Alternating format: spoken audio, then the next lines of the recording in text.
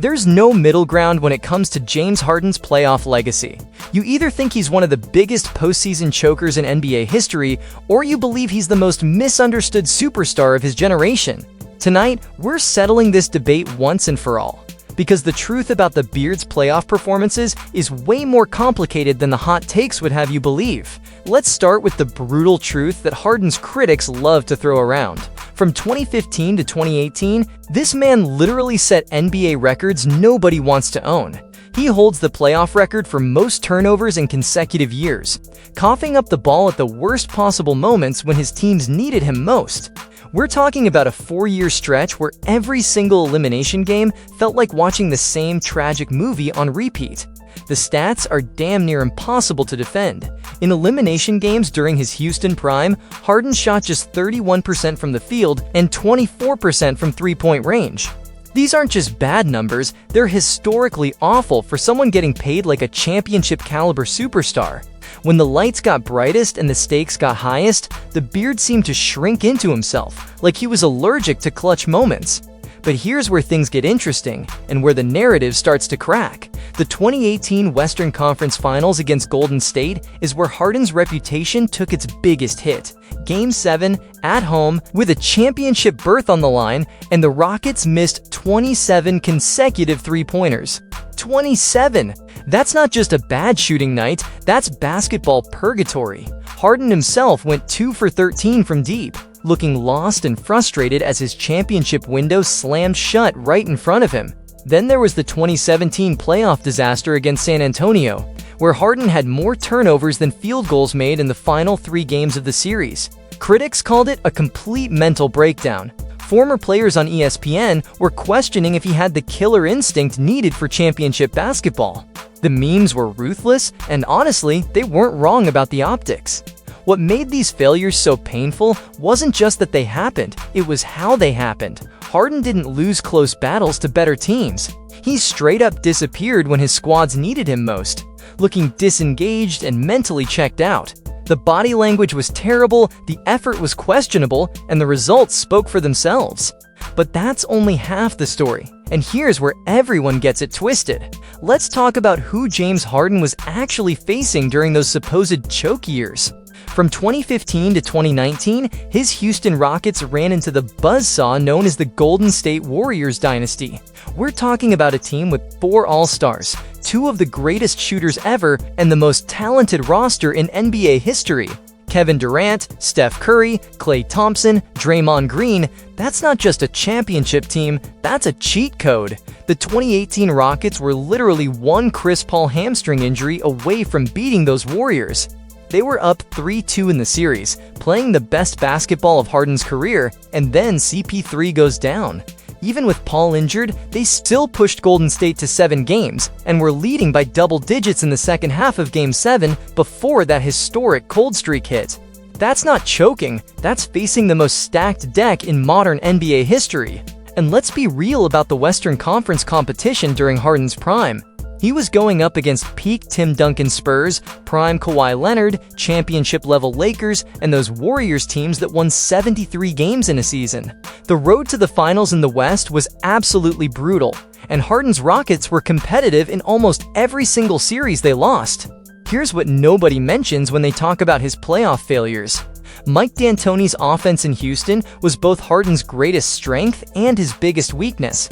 That ISO-heavy, analytics-driven approach made him an unstoppable regular season force, but it also made him incredibly predictable when playoff defenses had 7 games to figure him out.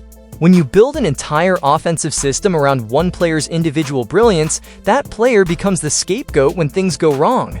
The Rockets lived and died by Harden's ability to break down defenses one-on-one, which worked great against random Tuesday night opponents, but became a liability against elite playoff teams with elite coaching staffs.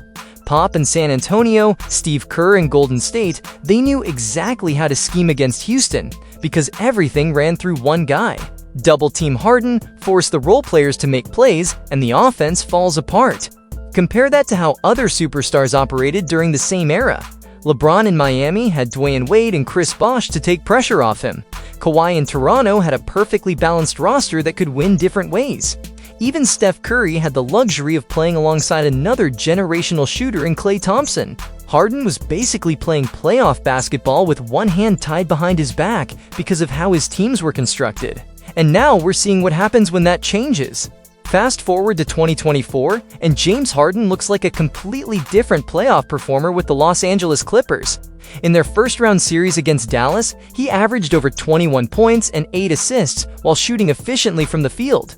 More importantly, he looked comfortable in his role as a facilitator rather than being forced to carry the entire offensive load. This version of Harden isn't trying to score 35 points per game and break defenses through pure individual dominance.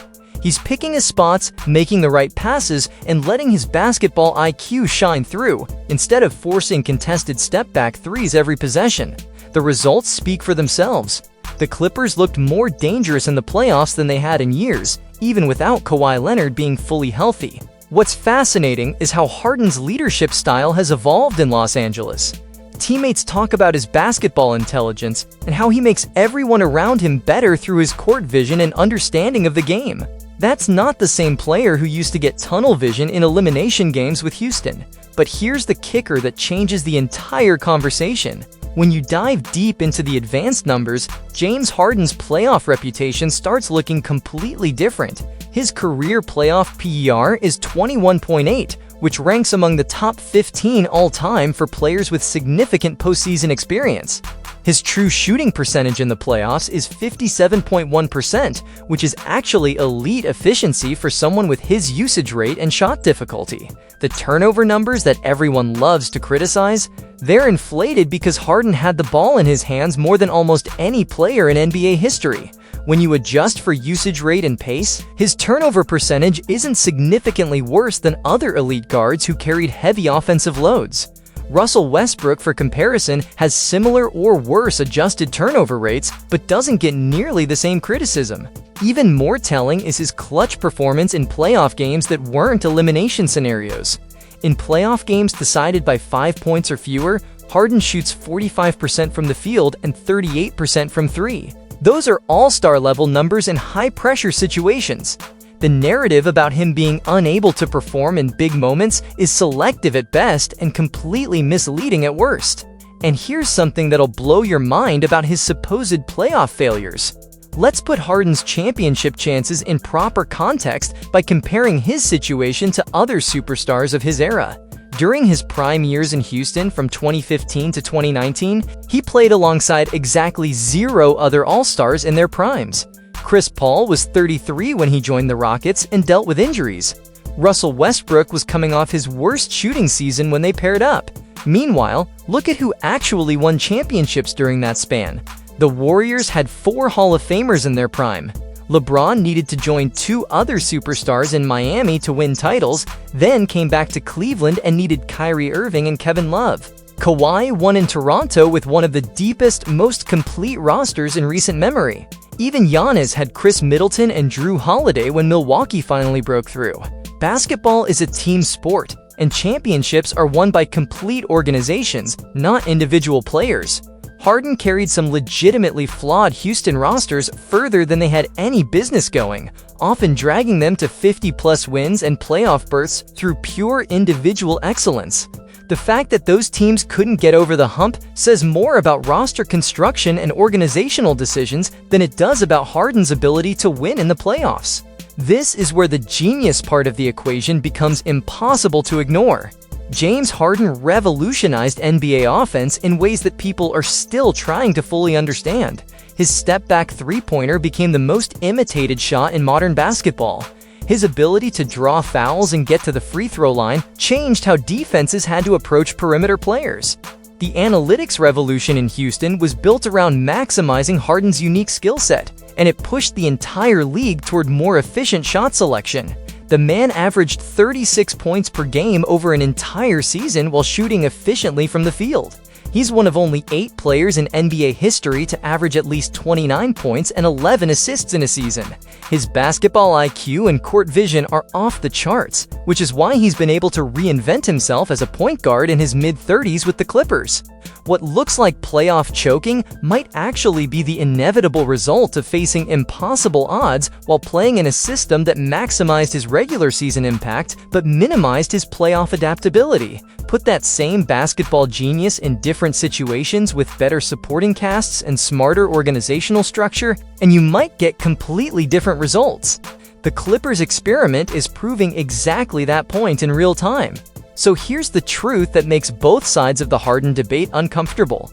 He's neither a playoff myth nor a misunderstood genius. He's something more complex and human than either extreme narrative allows. James Harden is a transcendent regular season player whose playoff struggles were real but also completely understandable given the context of his situation. His Houston years represent one of the most fascinating what-if scenarios in recent NBA history. What if Chris Paul stays healthy in 2018? What if the Rockets make even half of those 27 missed threes in Game 7?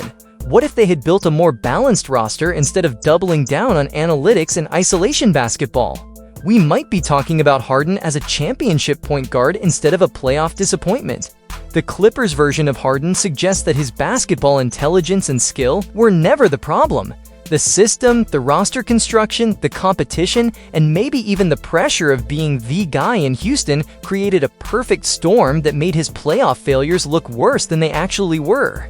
Here's what we know for certain. James Harden is one of the most skilled offensive players in NBA history, a legitimate basketball genius who changed how the game is played, and a competitor who faced historically great teams during his championship window. Whether that makes him a playoff myth or misunderstood genius depends entirely on how much context you're willing to consider when judging his legacy. But one thing's for sure, the conversation about James Harden's playoff legacy is far from over, and the final chapters of his career in Los Angeles might completely rewrite the narrative that's followed him for the past decade. The beard might just have the last laugh after all.